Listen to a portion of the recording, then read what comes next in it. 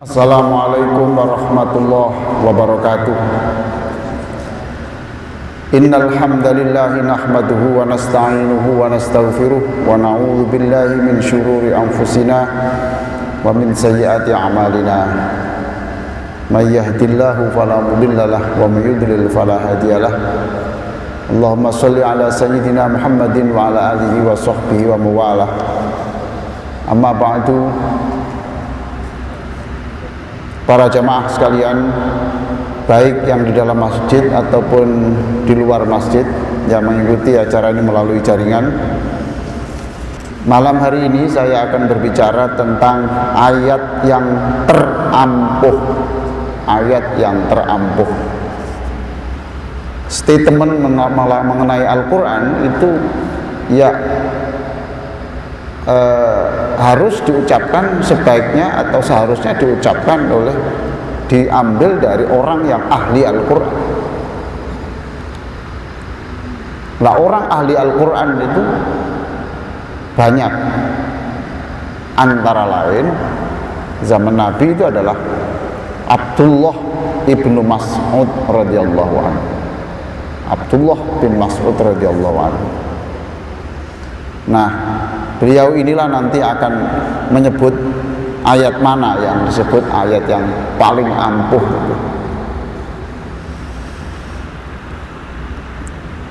Nah, Abdullah bin Mas'ud ini sebenarnya kan dulu kecilnya ini pengembala domba, diberi upah oleh pemilik kambing, pemilik domba yang tinggal di tempat yang jauh dari kota Makkah. Nah, ya kita harus tahu toh bahwa hidup itu harus begitu. Hidup itu ya begitu, ya bekerja. Ya bekerja. Ya, orang seperti ini kan Abdullah bin Mas'ud menjadi pengembala yang tidak tahu dibayar berapa itu, tempat di pegunungan yang jauh. Nah, suatu saat coba perhatikan ini bagaimana Allah membuat skenario supaya orang itu jadi orang baik. Mungkin orang mengatakan ya pengembala ya nasibnya ya pengembala. Oh, jangan begitu. Perjalanan hidup manusia itu susah ditebak loh.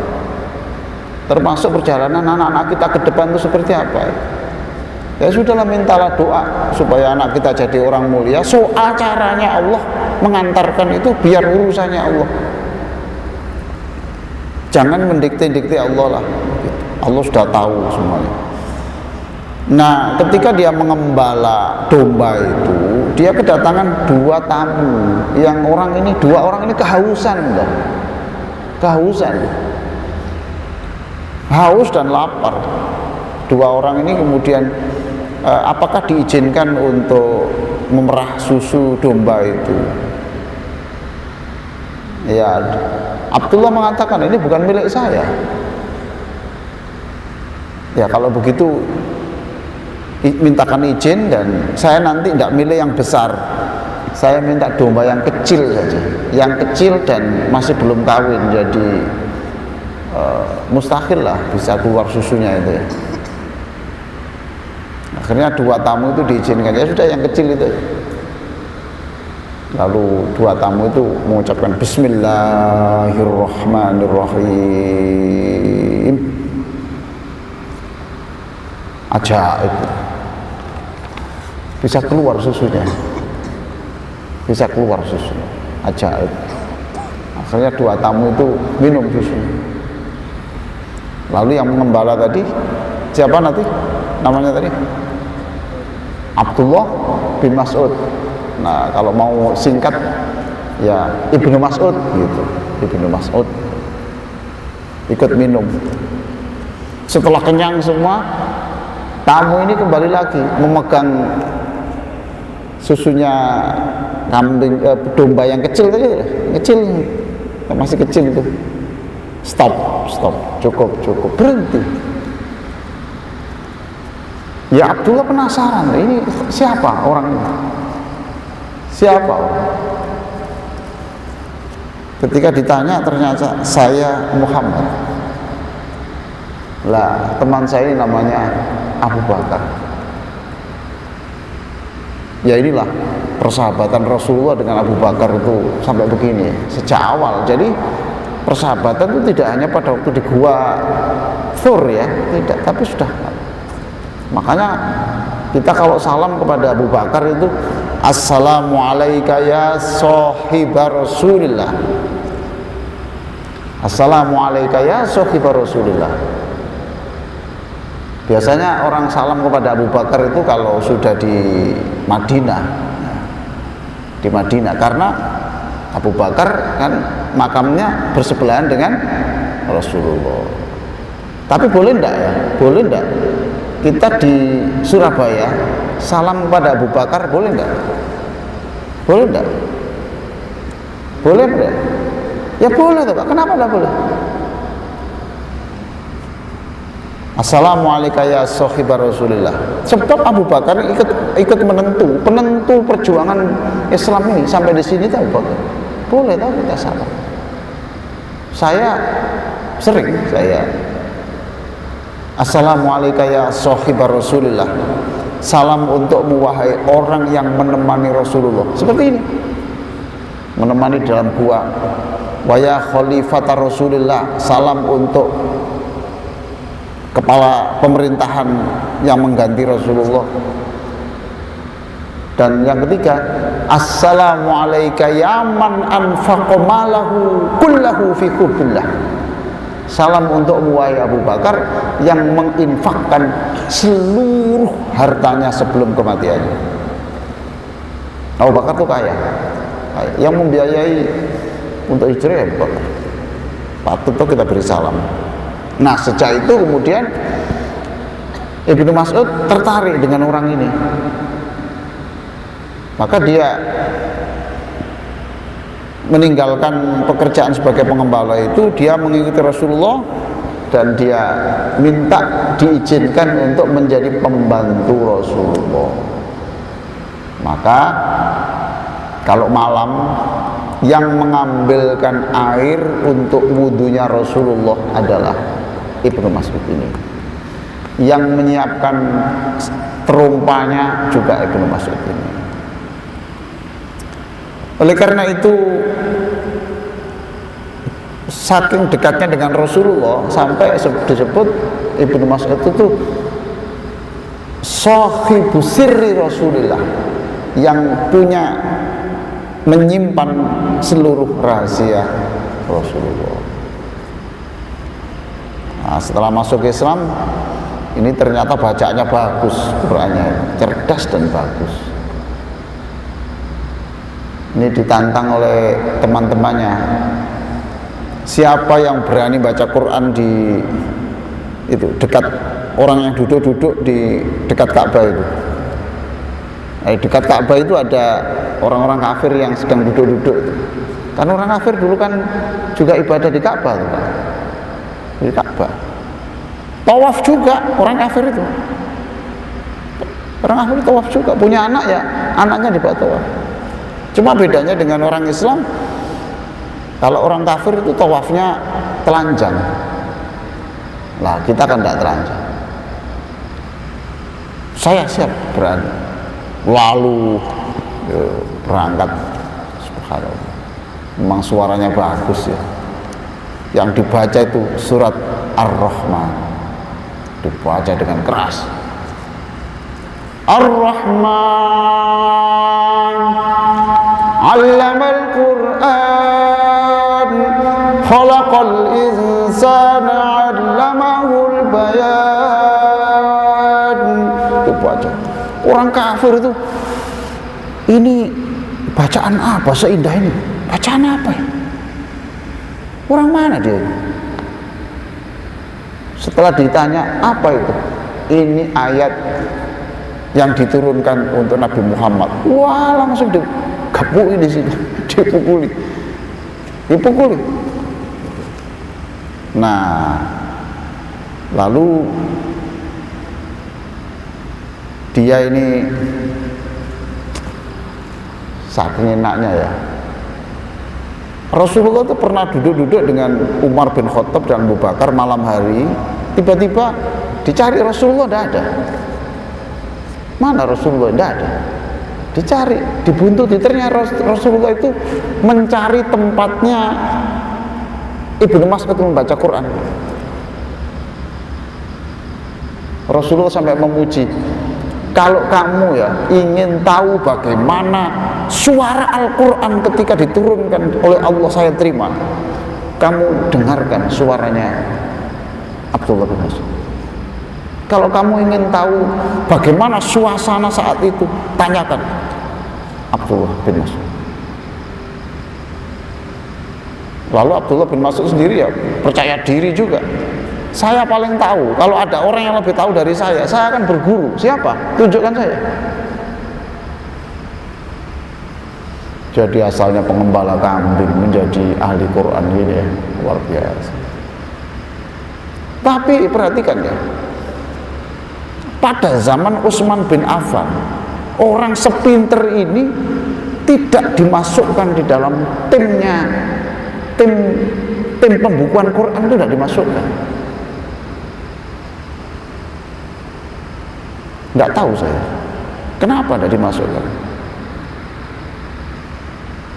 Tidak tahu pertimbangannya apa. Tapi beliau itu tidak, ya legowo saja itu. Tidak kemudian mengatakan, saya ini ahli Quran, kok justru yang dimasukkan tim itu, saya nggak masuk. Enggak. Inilah Quran yang sudah masuk ke dalam kejiwaan seseorang. Jadi dia tawadhu. Nah, suatu saat ya, ini ditanya, Ibnu Mas'ud, tuan kan pinter Quran ya. Menurut tuannya, ayat apa yang paling ampuh itu, ayat apa? Langsung dijawab, ayat kursi. Tapi Bapak perlu tahu ya, Ibnu Mas'ud itu kalau ditanya ya jawab, tetapi tidak semua pertanyaan itu dijawab. Bahkan dia membuat fatwa, man aftan nasa fi kulli ma yastaftaunahu fahuwa majnun. Itu. Siapa yang kalau ditanya semuanya itu dijawab, itu tandanya dia gendeng. Luar biasa. Ya kalau tidak bisa ya bisa. Tidak perlu gengsi-gengsi, tidak perlu. Man aftan nasa fi kulli ma yastaftaunahu fahuwa majnun. Orang yang setiap ditanya dijawab, tanya dijawab. Seperti kok semuanya bisa. Itu kalau dijawab soal ini jawab, soal jawab. Bukan mesti bener, saisoy, puter-puter. Ya sudah, kalau kita ini bukan ahli nuklir ya, kalau ditanya nuklir ya jangan jawab. Kalau kita bukan kedokteran, ngomong soal dokter ya jangan dijawab. Kalau kita bukan ahli agama, soal agama ya jangan dijawab. Punya bidang sendiri-sendiri itu. Lalu nanti bagaimana ilmu itu? Ilmu itu nanti kemudian saling dialog. Ini menyangkut ayat-ayat tentang bumi ini gitu.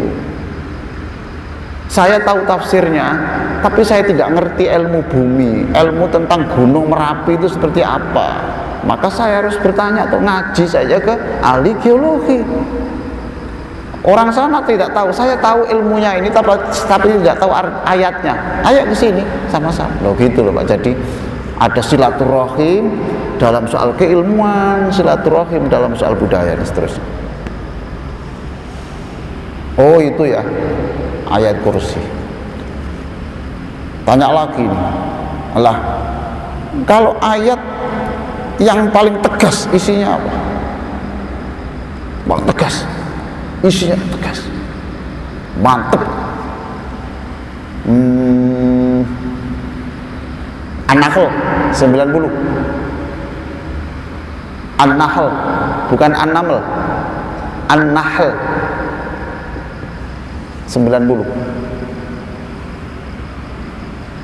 Bagaimana tidak tegas? Ayat itu berisi 3 yang penting harus ditegakkan dalam kehidupan ini, dan ayat itu berisi juga 3 hal yang tidak boleh ada dalam kehidupan. Itulah ayat yang selalu dibaca oleh khatib Jumat setiap mengakhiri khutbah. Itu loh Pak yang bunyinya, Innallaha ya'muru bil adli wal ihsani wa ita'i dzil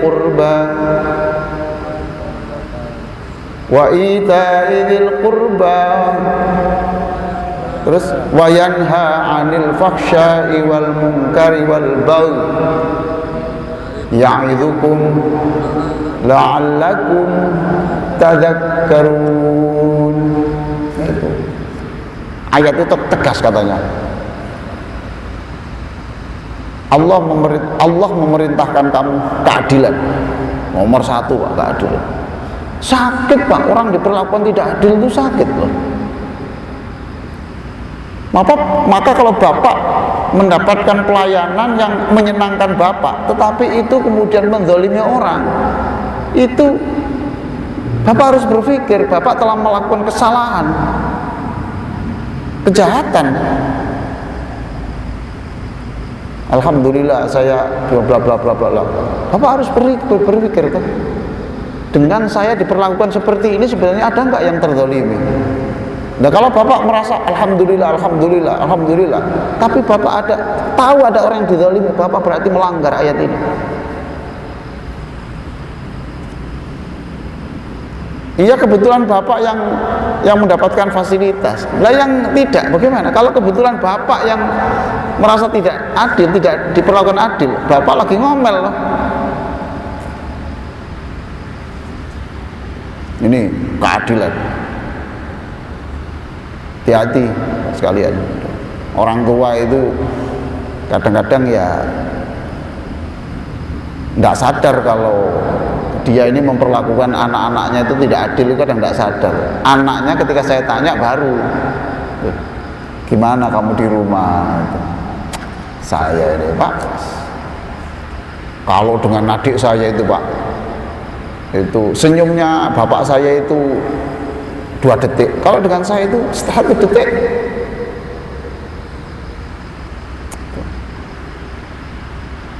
Lah kamu katanya dibelikan sama. Iya sama Pak, saya dibelikan sama. Tapi kalau adik saya minta itu jarak permintaan dengan itu ya hanya sehari. Saya bisa 1 tahun. Hati-hati. Islam itu begitu. Innallaha ya'muru bil adli wal ihsan. Negara harus adil. Ya'muru bil adli wal ihsan. Ihsan itu di atasnya keadilan. Memerintahkan keadilan dan yang baik. Ihsan itu di atasnya keadilan. Contoh ini, Bapak uangnya ditipu orang, Bapak punya hak untuk melaporkan ke polisi, betul Pak? Betul dong? Nah Bapak melaporkan itu namanya menegakkan keadilan. Tapi kalau ihsan itu di atas itu. Ihsan itu hak saya adalah melaporkan dan untuk diadili. Tapi saya berkata kepada istri saya, sudahlah, maafkan. Dia begitu tuh karena kondisi ekonominya yang sedang susah. Saya yakin suatu saat ketika ekonominya bagus, itu tidak melakukan. Saya bebas, saya maaf. Nah itu namanya ihsan. Innallaha ya'muru bil adli wal ihsan wa ita'i dzil qurba. Nah itu sedekah kepada orang tegak, wa yanha 'anil fahsya'i wal munkari wal baghi, dan mencegah 3 hal. Fahsya, dosa-dosa besar. Mungkar, sesuatu yang jelek, yang tanpa agama pun tahu kalau itu jelek. Apa ada itu Pak? Kejelekan yang tanpa agama pun orang tahu itu jelek. Ada enggak Pak? Ada. Apa contohnya? Mencuri itu loh Pak, betul dong? Mencuri itu tanpa agama pun tahu kalau itu jelek. Membunuh, melukai, itu kan membakar rumah orang. Sudahlah, tanpa ayat pun otak kita itu sudah diberi potensi oleh Allah untuk tahu itu benar salah, mungkar wal baghi, dan juga perbuatan-perbuatan dosa lainnya. Ditanya lagi, lalu apa ayat yang paling paling mencakup semuanya? Paling mencakup semuanya apa itu? Yaitu surat Az-Zalzalah itu. Penutup surat Az-Zalzalah itu paling komplit katanya.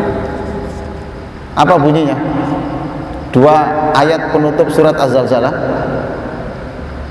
Faman ya'mal mithqala dzarratin khairan yarah wa man ya'mal mithqala dzarratin syarran yarah. Itu kayak ayat paling komplit katanya. Siapa yang melakukan kebaikan sekecil apapun pasti ada hitungannya. Ada hitungannya. Walaupun manusia tidak menghitung, maaf saja. Banyak Pak, perbuatan-perbuatan kita itu yang dihitung Allah baik, tapi tidak dihitung oleh manusia.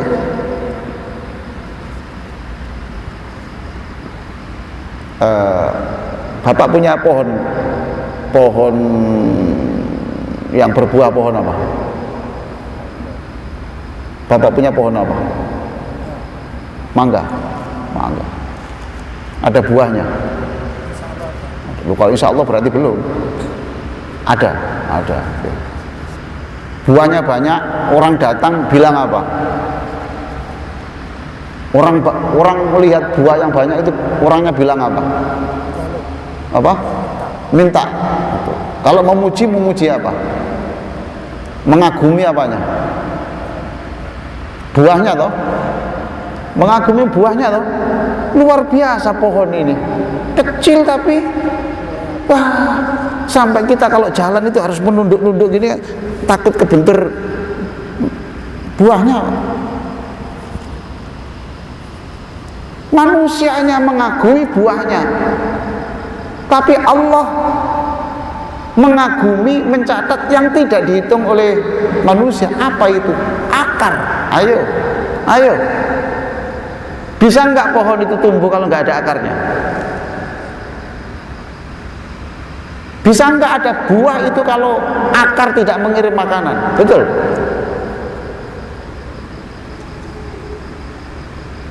Nggak ada Pak, orang datang ke rumah Bapak yang punya mangga banyak, buahnya itu terus luar biasa akarnya ya. Luar biasa akarnya. Ini saya buat contoh saja betapa manusia menilai orang itu pada aspek-aspek yang seringkali itu Allah menilai secara besar. Ya Bapak bisa duduk-duduk di sini berpakaian begini, mungkin Bapak tidak terbayang kalau Bapak di sini tuh ada peran istri loh, mengizinkan istri Bapak keluar, di rumah banyak pekerjaan. Lalu Bapak kan tidak tahu bahwa baju Bapak itu ketika kotor itu kadang-kadang Bapak tidak terfikir itu yang mencucikan istri toh, itu tidak dihitung sama sekali. Mungkin kita lupa, tapi Allah tidak lupa. Nah, ini faman ya'mal mithqala dzarratin, siapa yang melakukan kebaikan kecil, hanya kebaikan yang kecil apa? Ada penjual mainan Bapak yang dari kayu Pak, yang iya ada tuh, yang ada ini Pak, sayapnya tuh. Coba lihat itu, Bapak ikuti itu. Zaman seperti ini masih ada orang beli begitu. Sampai jam 12 itu ya belum sarapan loh Pak, belum laku Pak. Saya tanya sampai mana? Saya Boyolali Pak. Nah terus pulangnya kapan? Ya nunggu habis. Kapan? Ya kadang sebulan, kadang 2 bulan. Bapak. Lalu bapak hanya bilang dalam hati, Al-Fatihah, ya Allah, orang ini bertahan tidak ngemis. Orang ini bertahan tidak minta belas kasihan. Ya Allah, muliakanlah anak-anaknya, berikan pilihan kerja yang baik. Loh itu kan nggak tahu Bang, tapi kan kebaikan itu, kebaikan. Syukur-syukurlah Bapak tidak hanya berdoa, tidak hanya berdoa ya Pak ya, itu nasi sebungkus, uang 20.000 itu bermakna Pak, bermakna, dan itu menyemangati luar biasa Bapak, pahala itu Pak.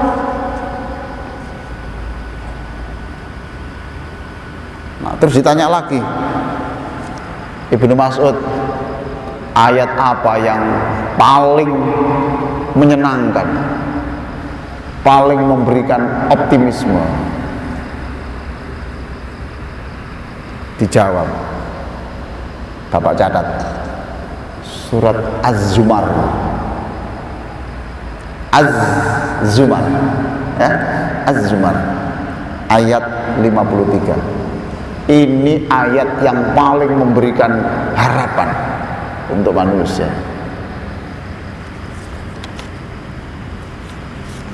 Sudah ketemu Ustaz? Az-Zumar berapa tadi? 53. Ketemu Pak? Az-Zumar. Ini Bapak kalau belum hafal ayat ini seringkali pesimis, tapi kalau pakai ini, ayat ini katanya inilah ayat yang paling memberikan harapan. Sudah Ustaz? Apa bunyinya ini? Az-Zumar. Az-Zumar itu surat nomor 39 ya. Ayatnya 53.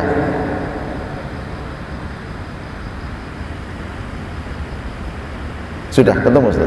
Belum ketemu?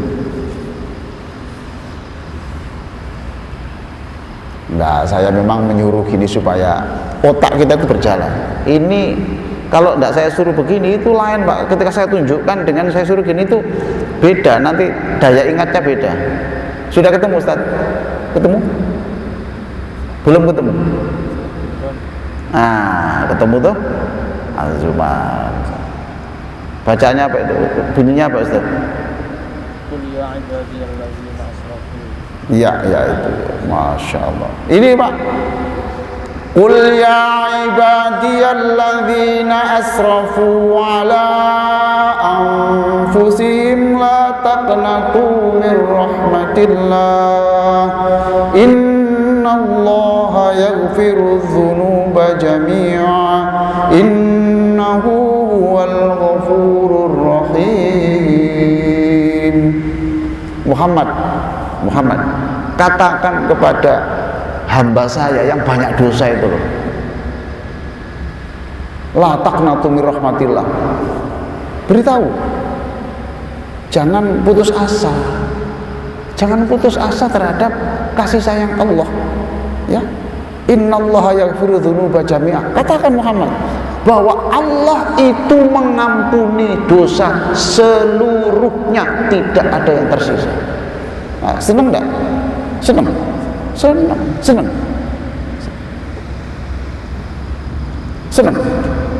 Iya. Kenapa kok senang? Hah? Satu, dipanggil hambaku, itu hai hambaku, itu berarti Allah itu mencintai, sekalipun orang punya dosa itu tetap dicintai Allah.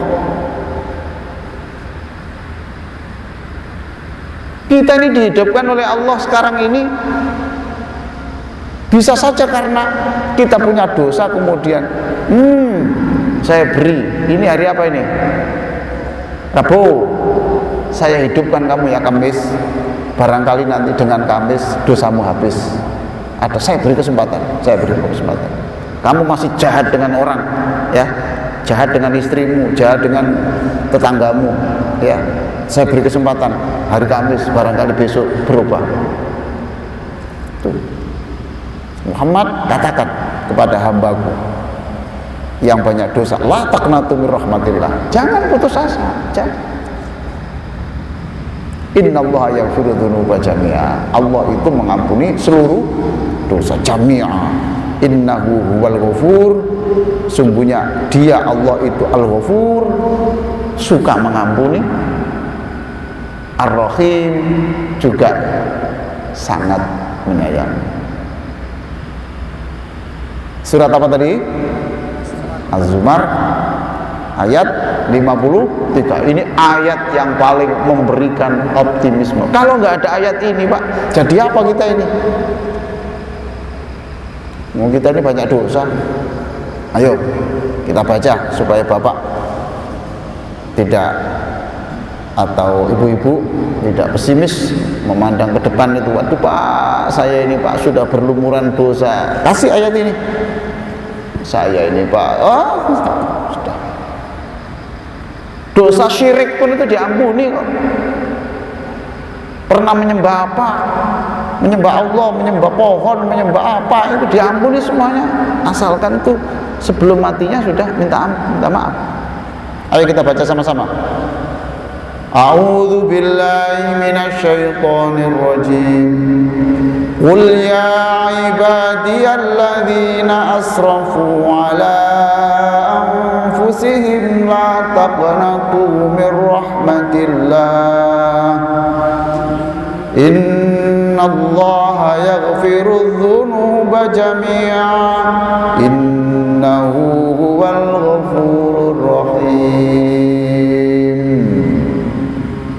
Masih ada waktu? Masih. Oke. Malam ini ya, dari sekian ayat itu kan banyak ayat tadi tuh. Saya akan menjelaskan, mudah-mudahan cukup waktunya, khusus ayat kursi saja. Ayat kursi. Saya itu mempelajari hadis ini ya, sampai berpikir ya, iya ya, setan itu ternyata sejelek-jelek setan itu masih ada kebaikannya juga ya. Ini loh Pak,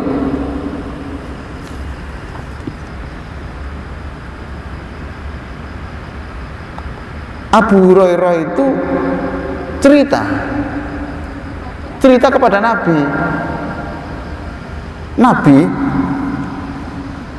saya ini didatangi orang, terus orang itu bilang, kamu kalau menjelang tidur ya, kalau menjelang tidur kamu jangan sampai lupa membaca ayat kursi.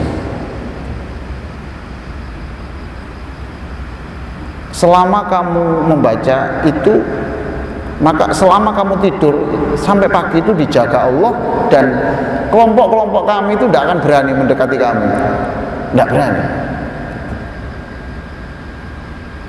Nabi tanya, apa yang diajarkan? Yang diajarkan apa? Yang diajarkan itu loh Nabi, Allahu la ilaha illa huwal hayyul qayyum la ta'khudhu. Oh ayat kursi, benar itu, benar. Innahu qad sadaqaka wa huwa kadzdzub. Benar itu, benar. Makhluk yang menceritakan ayat kursi kepada kamu itu benar, padahal dia itu pendusta, pembohong, tapi kali ini benar.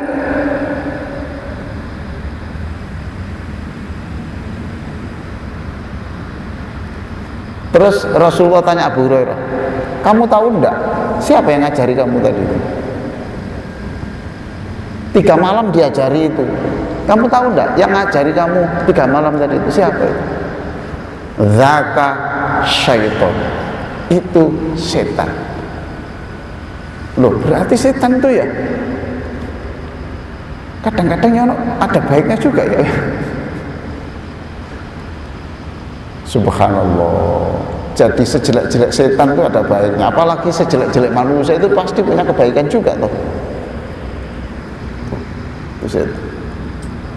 Makanya ini kata Ibnu Mas'ud, inilah ayat paling ampuh. Terus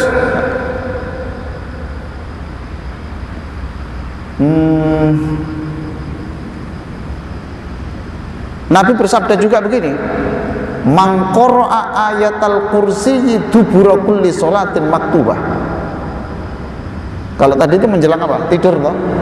Menjelang tidur, betul dah?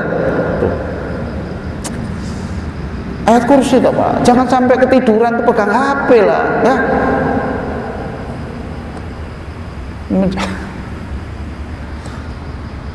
Ya Allah, masa siang WA, mau tidur WA lah. Saya tidak kritik bapak-bapak, enggak. Saya kira ini orang baik-baik semua. Toh, siapa yang membaca ayat kursi tadi menjelang tidur sudah ya, itu dijaga, ampuh sekali. Lalu Nabi juga bersabda dalam hadis yang diriwayatkan oleh An-Nasa'i, man qara'a ayatal kursi dubura kulli sholatin maktubah lam yamna'hu min dukhulil jannah illa ayyamut.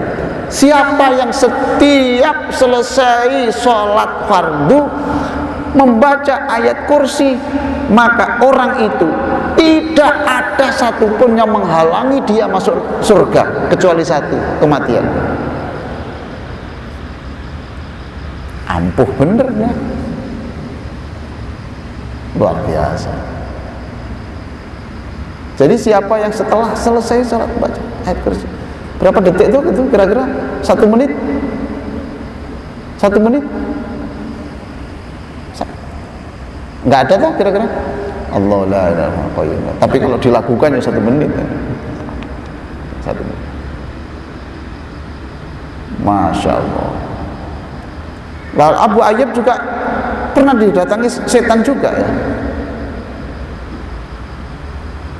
Abu Ayyub itu didatangi juga, Abu Ayyub Al-Ansori didatangi setan, menceritakan begini, saya beri kamu ya, saya yang memberi kamu sangu ya. Apa itu? Ayat kursi. Iqra' fi baitik la yaqrabuka syaitun wala ghairu. Baca ayat kursi itu di rumahmu, enggak akan ada setan yang masuk di dalam. Wah. Jadi yang menyebut ampuh tadi ya Abdullah bin Mas'ud, ya kita percaya.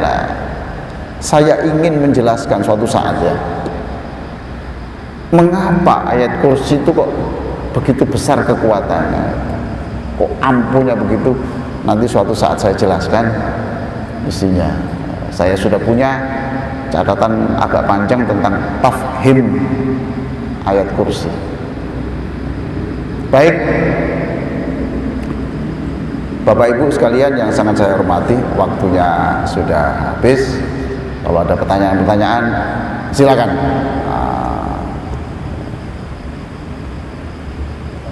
Silakan. Isyak nanti jam 18.52.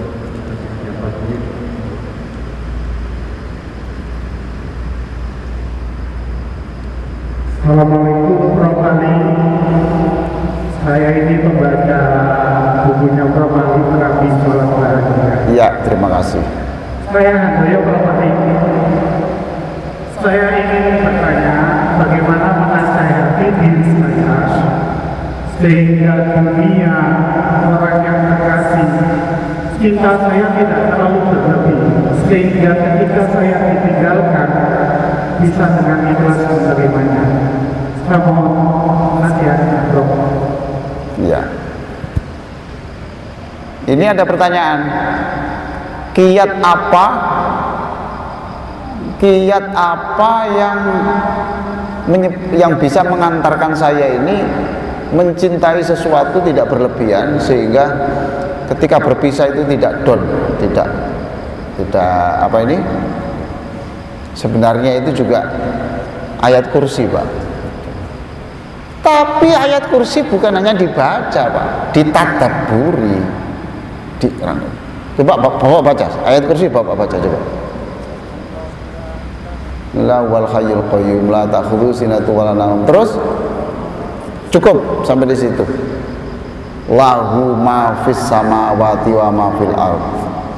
Itu dipumpakan, milik Allah lah apa saja yang ada di langit dan di bumi. Istri bapak miliknya Allah, anak bapak miliknya Allah, rumah itu miliknya Allah. Itu didoktrinkan terus. Nggak bisa Pak, doktrin begini itu hanya ketika ada musibah. Kalau ada musibah terus diberitahu begini, yang memberitahu bapak marahi, enak lambemu ya. Oh, Pak. Enak mulut mulai ngomong ya. Iki sing ngrasakne iki lho, ngono Pak. Tapi itu didoktrin. Saya selalu mengatakan, mbok ya sedikit-sedikit itu innalillahi wa inna ilaihi raji'un. Kami ini milik Allah. Lah itu doktrin kan juga sama ibu, sama istri bapak ya. Sama istri bapak, sama anak bapak didoktrinkan. Ini milik Allah. Ini milik Allah. Ini milik Allah. Itu. Sampai jantung ini ya milik Allah. Bocor ya biar Allah yang punya. Nah, gitu Pak. Jantung apa? Kaki milik Allah. Itu didoktrinkan.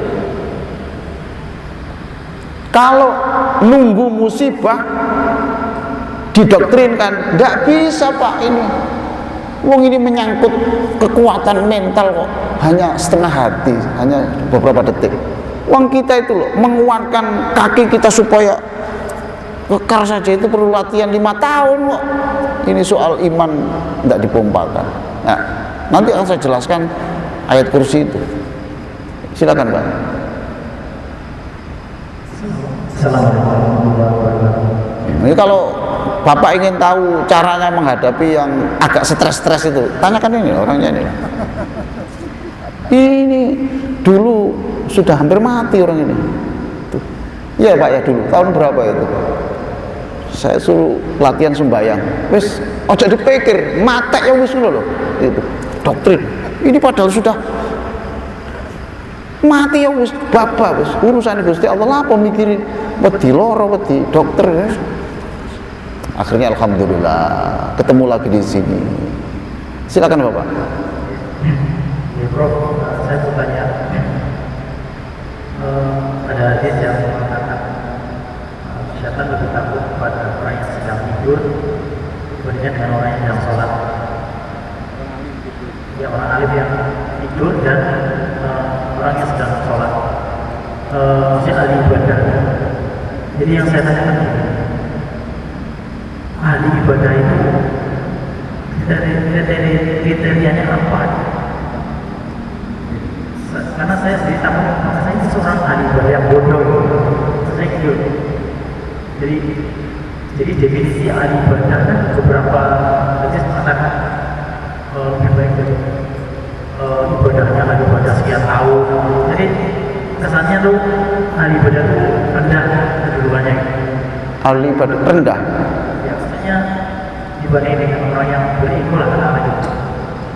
Apakah ada ahli ibadah yang tidak berilmu? Dia menjadi ahli ibadah kan karena ilmu juga mungkin. Ya, saya paham. Orang ayat kursi dia bisa baca karena ilmu, betul? Oke. Orang bisa baca, bacaannya bagus, mengerti artinya. Ilmu tinggi mana sama-sama punya ilmu yang satu atau dua? Dua toh? Yang ketiga, dia pinter baca, ngerti terjemahnya dan tahu tafsirnya. Lebih pintar mana Pak? Sama-sama punya ilmu loh tiga ini. Paham Pak ya? Mana yang lebih diapresiasi oleh Allah Pak? Satu paling diapresiasi, 1, 2, 3 mana? 3 toh Pak? Ayo jadi Bapak tadi Orang sholat ya karena ilmunya, orang tidur juga itu juga pakai ilmu, pakai ibadah, ya Pak, itu ya. Nah, orang tidurnya orang yang mengerti agama, Pak. Saya tidur, saya wudhu, sebelum saya tidur saya bilang kepada Allah, ya Allah, sebentar lagi saya akan tidur, saya mati terus atau mati sebentar, besok engkau bangun, itu urusanmu ya Allah. Sekarang saya baca ayat kursi dan itu terus pasrah pada Allah. Ingat Allah. Yang sholat yang ini, yang tadi Pak ya, yang maaf saja itu ndak punya pengetahuan, ya ndak ingat apa-apa toh. Ya paham toh Pak ya. Hadis itu untuk menunjukkan tentang betapa pentingnya orang itu berilmu dan betapa pentingnya orang itu menghayati ilmunya sehingga nilainya beda. Itu Pak ya. Maka di dalam surat Ali Imran tuh subhanallah, orang berilmu itu itu loh, itu Masya Allah. Syahidallahu annahu la ilaha illahu wal malaikatu wa ulul ilmi qa'iman bil qist. Yang bersaksi yakin tentang Allah itu satu, Allah Maha Kuasa itu hanya Allah. Yang kedua wal malaikah, yang ketiga wa ulul ilmi, orang yang punya ilmu. Coba perhatikan Pak, orang punya ilmu itu disejajarkan dengan para malaikat. Iya tak Pak? Sudah pernah dengar ayat itu? Pernah dengar ayat itu? Ayat berapa Ustaz itu?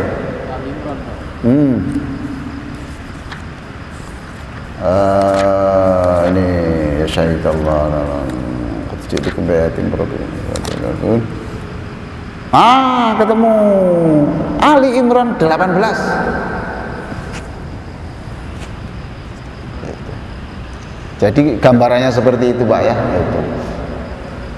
Lah saya tanya Pak, kalau yang tidur itu orang pinter, orang ngerti agama ya, tidur, kemudian yang pinter juga yang sholat, lebih mulia mana? Tidak mesti, tidak selalu. Tidur itu bilang, saya tidur ya Allah karena saya ingin nanti malam supaya bisa bangun tidur. Ayo sekarang, iya toh Pak? Karena tidurnya itu bermakna, saya tidur supaya saya sehat. Kalau saya sehat, saya bisa memberi nafkah anak-anak saya. Jadi tidurnya itu bermakna karena niatnya benar. Ya toh Pak ya? Di situ. Bapak ngaji seperti ini subhanallah, lalu berubah, cara hidupnya itu berubah.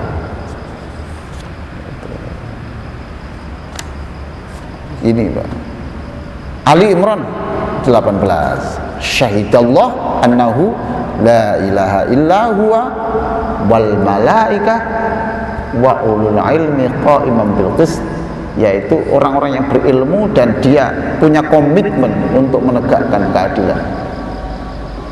Alhamdulillah sudah selesai. Mudah-mudahan nanti pertemuan yang akan datang bisa jelaskan mengapa ayat kursi itu ayat yang paling ampuh, isinya seperti apa. Mudah-mudahan manfaat. Allahumma sholli ala sayyidina Muhammadin wa ala alihi wa sahbihi ajma'in walhamdulillahirabbil alamin. Rabbana atina fid dunya hasanah wa fil akhirati hasanah wa qina adzabannar walhamdulillahirabbil alamin. Wassalamualaikum warahmatullahi wabarakatuh.